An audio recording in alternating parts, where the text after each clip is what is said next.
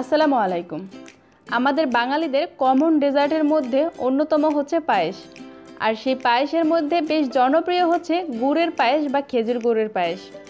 অবশ্যই এর কারণটা হচ্ছে এর মনোমুগ্ধকর ঘ্রাণ, আর এটা খেতেও অসাধারণ মজা। আজ আমি সেই রেসিপিটা শেয়ার করব, সাথে কিছু টিপস শেয়ার করব। আশা করছি আপনাদের ভালো লাগবে।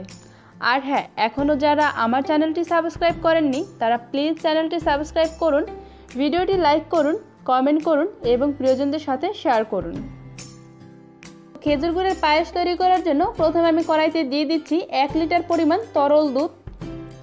আর দুধটাকে আমি বলক ওঠা পর্যন্ত জ্বালিয়ে নেব।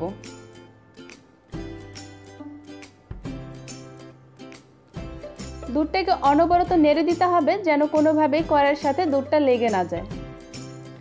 আর দুধ কড়াইয়ের সাথে লেগে গেলে কিন্তু এই পায়েসের পারফেক্ট টেস্টটা আসে না।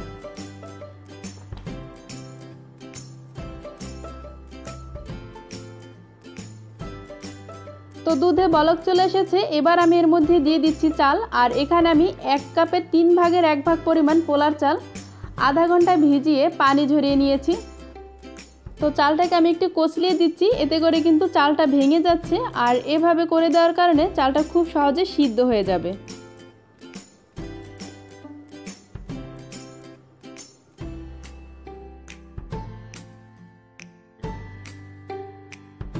তো এবার আমি চালটাকে খুব ভালোভাবে সিদ্ধ করে নেব। আর এভাবে অনবরত নেড়ে দিতে হবে যেন কোনোভাবে কড়াইয়ের সাথে লেগে না যায়।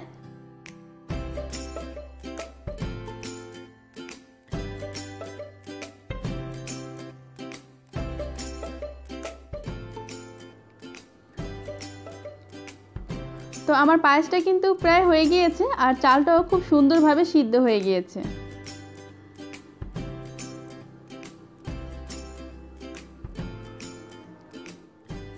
দিয়ে দিচ্ছি পরিমাণ মতো লবণ। আর লবণ দেওয়ায় কিন্তু চিনির টেস্টটা বাড়ে, আর এতে কিন্তু পায়েসটা খেতেও ভালো লাগে। তো এই পর্যায়ে আমি এর মধ্যে দিয়ে দিচ্ছি গুড়। আর গুড় দেওয়ার আগে আমি কিন্তু চুলাটা অফ করে নিয়েছি আর পায়েসটাকে হালকা ঠান্ডা করে নিয়েছি। আর এখানে আমি কিন্তু খেজুর গুড় ব্যবহার করছি। আর এই গুড়টা দেওয়ার সময় অনেক সময় দেখা যায় দুধটা কেটে যায়, তো এই জন্য আমি পায়েসটা একটু ঠান্ডা করে নিয়েছি। এবার আমি গুড়টাকে পায়েসের সাথে খুব ভালোভাবে মিশিয়ে দিচ্ছি। আর এভাবে করলে কিন্তু দুধটা আর কাটবে না। তো মেশানো হয়ে গেলে আমি আবারও চুলাটা অন করে এটাকে জাল করে নেব। আর গুড় দেওয়ায় কিন্তু পায়েসটা আরও একটু পাতলা হয়ে গিয়েছে।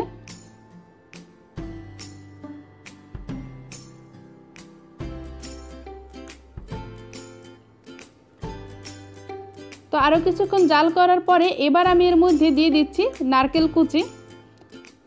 তো এখানে আমি 1/2 কাপ পরিমাণ নারকেল কুচি দিয়ে দিচ্ছি। আর এই পায়েসটার সাথে কিন্তু নারকেল কুচিটা খুবই মজা। যারা এভাবে নারকেল দিয়ে এই পায়েসটি রান্না করেননি তারা অবশ্যই একবার ট্রাই করে দেখবেন। আশা করছি এরপর থেকে যতবারই এই পায়েসটা রান্না করবেন নারকেল ছাড়া আপনার আর ভালোই লাগবে না। তো নারকেল দেওয়ার পরে আমি পায়েসটাকে 2 মিনিট জাল করে নিয়েছি। এবার আমি চুলাটা অফ করে পায়েসটাকে আবার একটু নেড়ে ঠান্ডা করে নেব, তারপর এটাকে পরিবেশন করে নেব।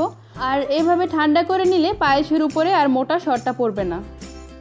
ব্যাস, খুব সহজেই তৈরি হয়ে গেল মজাদার খেজুর গুড়ের পায়েস। আশা করছি এই রেসিপিটা ফলো করে আপনারাও খুব সহজেই বাসায় তৈরি করতে পারবেন খেজুর গুড়ের এই মজাদার পায়েসটি। আজকের মতো এখানেই বিদায় নিচ্ছি, ফিরে আসবো নতুন কোনো রেসিপি নিয়ে। সেই পর্যন্ত ভালো থাকবেন। আল্লাহ হাফেজ।